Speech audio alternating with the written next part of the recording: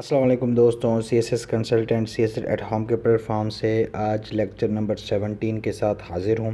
جو کہ لیکچر ہے کانگریس منسٹریز، یہ اسٹرگل آف پاکستان کا لیکچر نمبر 2 ہے، اور پری پارٹیشن کو اگر ہم ساتھ کاؤنٹ کریں تو لیکچر نمبر 17 ہے۔ تو کیا تھی کانگریس منسٹریز اور کس پارٹی کے ساتھ مل کے کانگریس نے کس صوبے میں حکومت کی، اور اس کے ساتھ ساتھ ہم دیکھیں گے جو کانگریس کی جو ظلمانہ پالیسیز تھی وہ کیا تھی مسلمانوں کے لیے جو انہوں نے بنائی تھی، اور اس کے ساتھ ساتھ ہم یہ دیکھیں گے کہ مسلمانوں نے پھر اس جو پالیسیز کو کاؤنٹر کرنے کے لیے کیا طریقہ اپنایا، اور آخر میں ہم یہ دیکھیں گے کانگریس منسٹریز بننے کے بعد برٹش کے ایک چھوٹے سے ایکٹ کے بعد کانگریس نے خود ہی اپنے ہاتھ سے ریزائن کر دیا اور کانگریس منسٹریز کو ختم کر دیا۔ تو اس کے ساتھ آج کا لیکچر سٹارٹ کرتے ہیں۔ تو سب سے پہلے اس کا بیک گراؤنڈ دیکھیں۔ بیک گراؤنڈ اتنا کوئی بڑا نہیں ہے، آپ کو پتہ ہے کہ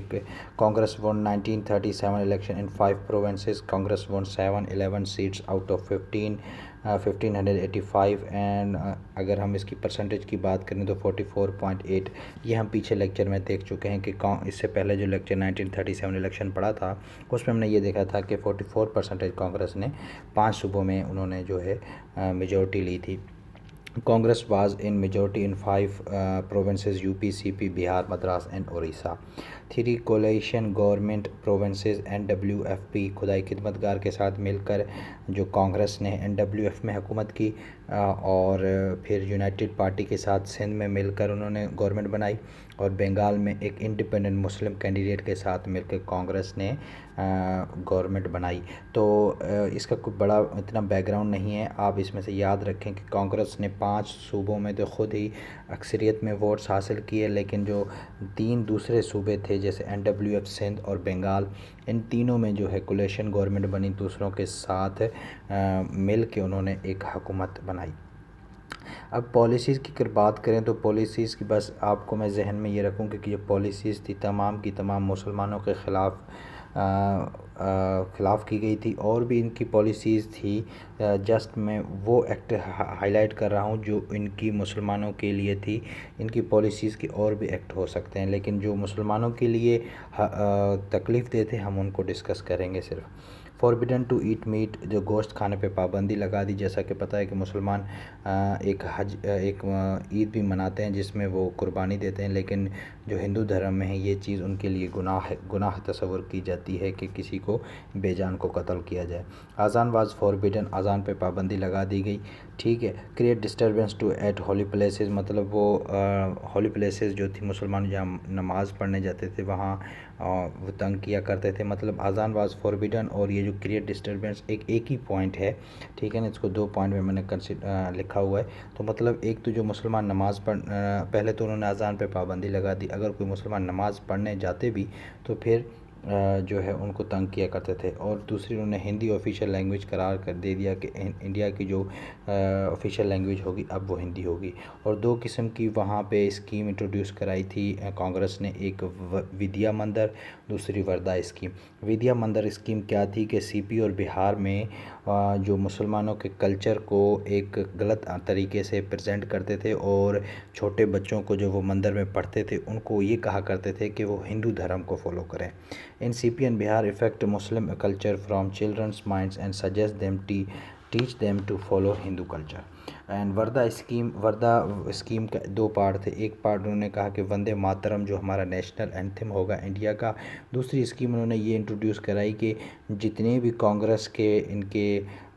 کانگریس کے پرسن تھے جو کہ مسلمانوں کے خلاف کام کیا کرتے تھے ان کو اپنی کتب میں ایک ہیرو کے طور پہ پیش کر کے بچوں کو پڑھایا کرتے تھے۔ Institution present their Hindus as a hero in different books, مطلب ان کا یہی تھا، وندیا مندر اسکیم اور وردہ اسکیم کا مطلب سیم تھا کہ بچوں کے جو آنے والی نسل ہے نیکسٹ جنریشن میں مسلمانوں کے لیے ایک غلط تصور پیدا کیا جائے، اور ان کے جو لوگ تھے جو مسلمانوں کے خلاف کام کیا کرتے تھے ان کو ایز اے ہیرو پریزنٹ کیا جائے۔ مطلب انسٹیٹیوشن میں بھی انہوں نے جو ہے مسلمانوں کو پیچھے کرنا شروع کر دیا۔ ایک تو کانگریس خود اس ٹائم مسلمانوں کے لیے ڈسکرمنیشن بیہیویئر اختیار کیے ہوئے تھے، اور آنے والی نسل میں بھی وہ چیز اس کو ٹرانسفر کر رہے تھے۔ ایک ریلیجیس پوائنٹ آف ویو سے، دوسرا سائنٹیفک ایجوکیشن سے یا ایڈوانس ایجوکیشن کے سسٹم سے. And many other ways and to harm مسلمت، دوسرے بھی بہت سے قسم ان کی پالیسیز تمام کی تمام، ان شارٹ ہم دیکھیں کہ الیکشن جیتنے کے بعد تمام کی تمام جو پالیسیز تھیں مسلمانوں کو نقصان پہنچانے کے لیے بنائی گئی تھی.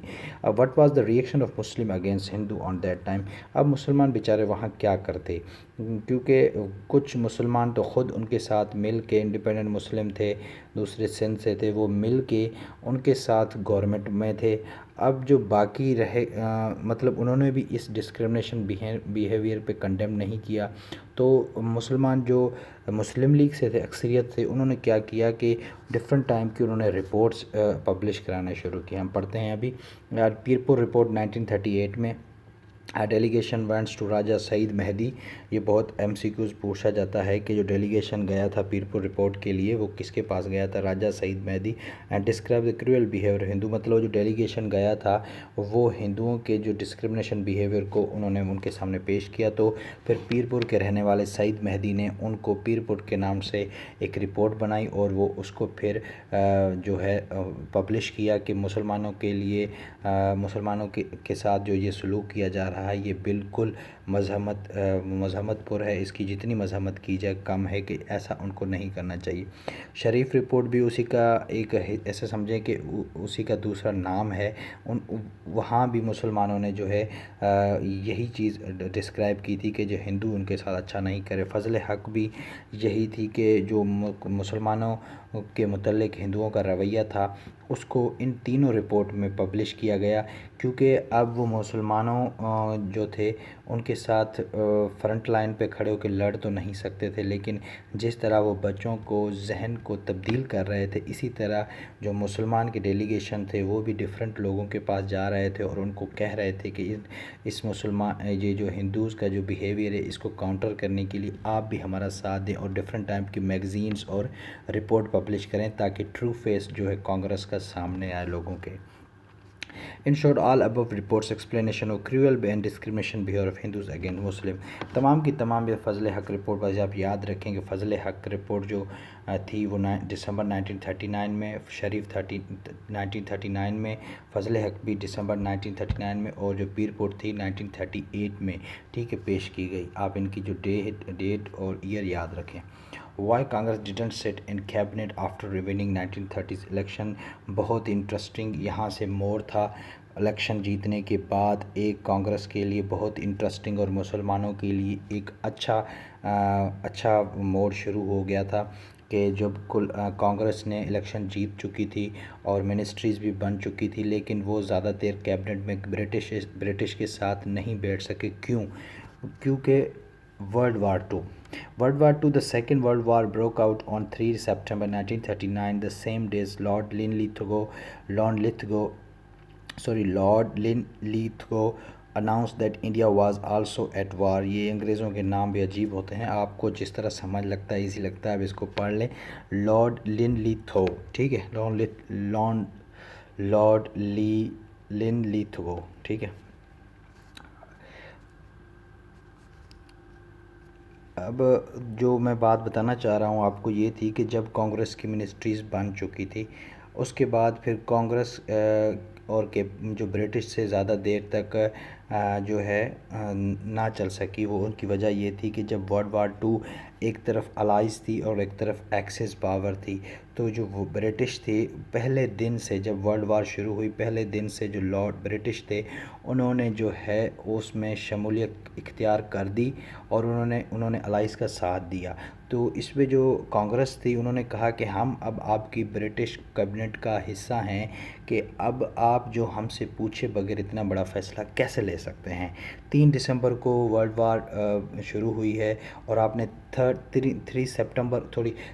سپٹمبر کو 1939 میں ورلڈ وار سٹارٹ ہوئی اور آپ نے 3 سپٹمبر کو ہی اس میں جو ہے شمولیت اختیار کر دی بغیر کسی سے ڈسکس کیے. تو Congress ministries protesting Congress said on 15 September 1939 that India would not participate in World War II unless the British accepted the principle of the full and immediate independence for India. مطلب کانگریس نے تو پہلی بات تو کہا کہ آپ نے ہمارے ساتھ ڈسکس نہیں کی. اب دوسری بات انہوں نے پروٹیسٹ سٹارٹ کر دیے. انہوں نے یہ کہا کہ ہم اب اس جنگ کا حصہ اس صورت بنیں گے جب آپ ہمیں یہ اس اصول پہ ہم آپ کے ساتھ اس ورلڈ وار 2 کا حصہ بنیں گے کہ آپ ہمیں فل اینڈ جلدی سے جو پاور ہے ٹرانسفر کر دیں. مطلب جو اب انڈیا کی جو پاور ہے وہ ہمیں انڈین کو سب کانٹیننٹ کی جو پاور ہیں وہ انڈین کو ٹرانسفر کر دیں اور جلدی امیڈیٹ انڈیپینڈنس فار انڈیا. لیکن برٹش نے ان کی جو اس ڈیمانڈ کو ہے ڈیمانڈ کو ریفیوز کر دیا اور انہوں نے کہا British said full dominant status at the end of war. انہوں نے کہا کہ میں ابھی تو آپ کو یہ پاور ٹرانسفر نہیں کر سکتا لیکن وار اینڈ ہونے تک میں آپ کو اس بات کو دیکھا جائے گا سوچا جائے گا اور آپ کو پاور ٹرانسفر کی جائے گی لیکن امیڈیٹ پاور ٹرانسفر نہیں ہو سکتی. تو پھر انہوں نے کیا کیا کہ کانگریس نے جب یہ سنا کہ وہ امیڈیٹ پاور ٹرانسفر کرنے میں راضی نہیں ہے اور ورلڈ وار اسٹارٹ ہو گئی اور یہ اب کہاں تک جا سکتی ہے تو پھر انہوں نے 22 سپٹمبر 1939 کو ریزائن کر دیا. تمام جو بھی کانگریس کے منسٹر تھے ان کو بلایا اور کہا کہ ریزائن کر دیں. تو 22 سپٹمبر 1939 کو انہوں نے جو ایک بہت بڑا بلنڈر کیا کہ کانگریس نے تمام کے تمام منسٹری سے ریزائن کر دیا. اس کے بعد پھر نہرو اپروچ جنا. اب نہرو جو تھے جنا کو اپروچ کرنا چاہ رہے تھے. اب ان کے پاس کوئی اور چارہ تو تھا نہیں. Express wars aims agree to Indian independence and right to frame its own constitutions. Jinnah said same opinion. مطلب اب وہ نہرو نے جنا کو اپروچ کیا اور جو وار کے ایمز آبجیکٹیو بتائے اور اس کے بعد کہا کہ اب ہم یہ چاہتے ہیں کہ انڈیا کو آزاد کرایا جائے برٹش راج سے اور ہم اپنا ایک قانون بنائیں اپنے لیے. تو لیکن جب جنہوں نے یہ ساری باتیں سنی تو ان کو اس بات پہ راضی کیا کہ میری بھی یہی رائے ہے کہ ہم برٹش سے جان چھڑائیں کیونکہ مسلمان تو پہلے ہی ہارے ہوئے تھے الیکشن. اب ان کے پاس برٹش سے تو پہلے ہی وہ ناراض تھے ان کا ڈسکرمنیشن بیہیویئر کی وجہ سے اور انہوں نے جو کانگریس ہے انہوں نے بھی ریزائن کر دیا تھا تو وہ بھی ناخوش ہو گئے. تو اب دونوں نے مل کے برٹش راج سے جان چھڑانے کے لیے محنت کرنا شروع کر دی. اس کے بعد پھر ڈے آف ڈیلیورنس مسلمانوں نے جو فرائیڈے 22 دسمبر 1939 میں منایا کہ یہ ڈے آف ڈیلیورنس اس لیے منایا کہ اب جو مسلمان کا جو پرسنل لائف تھا اور جو ان کا اسلام دین مذہب تھا مطلب وہ بہت خطرے میں تھا. اب وہ خطرے سے بچ چکا تھا تو انہوں نے ایک خوشی کی وجہ سے ایک خوشی کی کہ ہم جو اب خطرے سے باہر ہیں. ہمارا جو پاکستان ہے جو مسلمان امہ ہے وہ اب خطرے سے باہر ہے کیونکہ یہ جو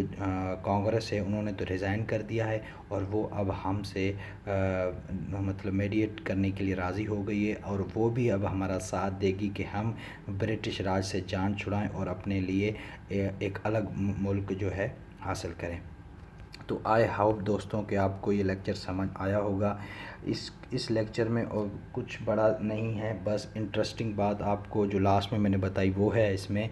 تو اگر میں اس کو کنکلوڈ کروں کہ 1937 الیکشن جیتنے کے بعد کانگریس نے اپنی منسٹریز بنائی. 5 صوبوں میں تو ان کی سیلف گورنمنٹ تھی لیکن 3 دوسرے صوبوں میں NWFP میں خدائی خدمت گار کے ساتھ مل کر حکومت بنائی. سندھ میں یونائٹڈ پارٹی کے ساتھ مل کر حکومت اور بنگال میں انڈیپینڈنٹ کینڈیڈیٹ مسلم جو تھے ان کے ساتھ مل کے کانگریس نے بنگال میں حکومت بنائی. اس کے بعد جو پالیسیز تھی کانگریس منسٹریز کی ہم نے ان کو دیکھا کہ انہوں نے گوشت کھانے پہ پابندی لگا دی, آزاد دینے پہ پابندی لگا دی, ہندی کو اپنا آفیشیل لینگویج بنا لیا اور ودیا مندر اور وردھا اسکیم کے تحت وہ بچوں کے مائنڈ کو چینج کرنا شروع کر دیا کہ نیکسٹ جنریشن بھی مسلمانوں کے ساتھ ایسا ہی رویہ رکھے جیسا کہ کانگریس رکھے ہوئے ہے. اس کے بعد پھر مسلمانوں نے جو کانگریس کا ٹرو فیس سامنے لانے کے لیے 3 قسم کی رپورٹس پبلش کرائی جس میں پیر پر رپورٹ 1938, شریف رپورٹ 1939 اور فضل حق رپورٹ دسمبر 1939 میں پبلش کرائی جس میں انہوں نے واضح لکھا کہ جو کانگریس ہے وہ مسلمانوں کے ساتھ غلط کر رہی ہے اور ان کا ڈیٹیل سے ایک رپورٹ بنائی اور وہ پبلش کرا دی۔ اس کے بعد پھر کانگریس برٹش سے اس لیے ناراض ہو گئی اور زیادہ دیر تک کیبنٹ میں نہ بیٹھ سکی، کیونکہ برٹش نے بغیر کانگریس کے ساتھ جو اس کے اب منسٹریز جو اس کے کیبنٹ کا حصہ تھے اس سے ڈسکس کیے، ورلڈ وار 2 کا حصہ بنی، اور 3 دسمبر کو ورلڈ وار اسٹارٹ ہوئی، اور 3 دسمبر میں ہی جو برٹش تھے انہوں نے الائنس کا ساتھ دیا۔ اس پہ برٹش کانگریس سخت ناراض ہوئی اور انہوں نے کہا کہ آپ نے سوچے سمجھے بغیر یہ قدم کیسے اٹھا لیا، تو انہوں نے مختلف قسم کے پروٹیسٹ کرنا شروع کر دیے اور ان سے ڈیمانڈ کی کہ اب آپ ہمیں آزاد کریں امیڈیٹلی اور جلد، اور پاور ٹرانسفر کریں انڈیا کو۔ لیکن برٹش نے کہا کہ ابھی تو میں پاور آف ٹرانسفر نہیں ہو سکتی، لیکن ہاں یہ ہے کہ وار اینڈ ہونے تک ہو سکتی، اس پہ سوچا جا سکتا ہے۔ لیکن کانگریس جلدی میں تھی، انہوں نے کہا کہ نہیں اب ہمیں چاہیے، تو انہوں نے فوراً 22 سپٹمبر کو کانگریس منسٹری سے تمام جتنے بھی کانگریس کے ممبر تھے انہوں نے ریزائن کر دیا، اور پھر وہ جناح کے ساتھ ملے اور ان کے ساتھ یہ ڈسکس کیا کہ کیوں نہ ہم اب برٹش سے جان چھڑا کے اپنے جو سب کانٹیننٹ اپنے انڈیا کو ہے ایک مسلمانوں کے لیے کر دیں اور دوسرا حصہ جو ہے ہندوؤں کے لیے کر دیں۔ اور علامہ اقبال اس قائد اعظم صاحب نے بھی اس پہ جو نہرو کا ساتھ دیا اور کہا کہ بالکل میرے بھی یہی خیال ہے، اور اس کے بعد پھر جو ہے سب کانٹیننٹ میں 22 دسمبر 1939 کو ایک ڈے آف ڈیلیورنس منایا گیا۔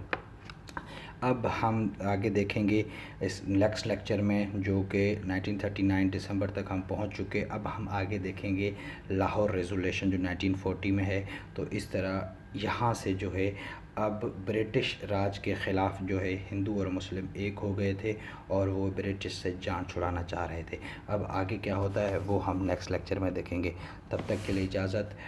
لیکن لیکچر ختم کرنے سے پہلے ان تمام دوستوں سے گزارش ہے جو مجھے اس لیکچر سے جوائن کیے ہوئے ہیں، تو ان سے گزارش ہے کہ اگر آپ نے پری پارٹیشن کے پورشن کو اچھے سے سمجھنا ہے تو برائے مہربانی آپ لیکچر نمبر 1 سے دیکھیں تاکہ آپ کو ایک اچھے سے سمجھ آئے، اور پری پارٹیشن کے حساب سے جتنے بھی امپورٹنٹ MCQs بن سکتے ہیں وہ میں نے ہائی لائٹ کیے ہیں، آپ ان کو یاد کرنا مت بھولیے گا کیونکہ یہی ایگزام میں بار بار پوچھے جاتے ہیں۔ تب تک کے لیے اجازت، اللہ حافظ۔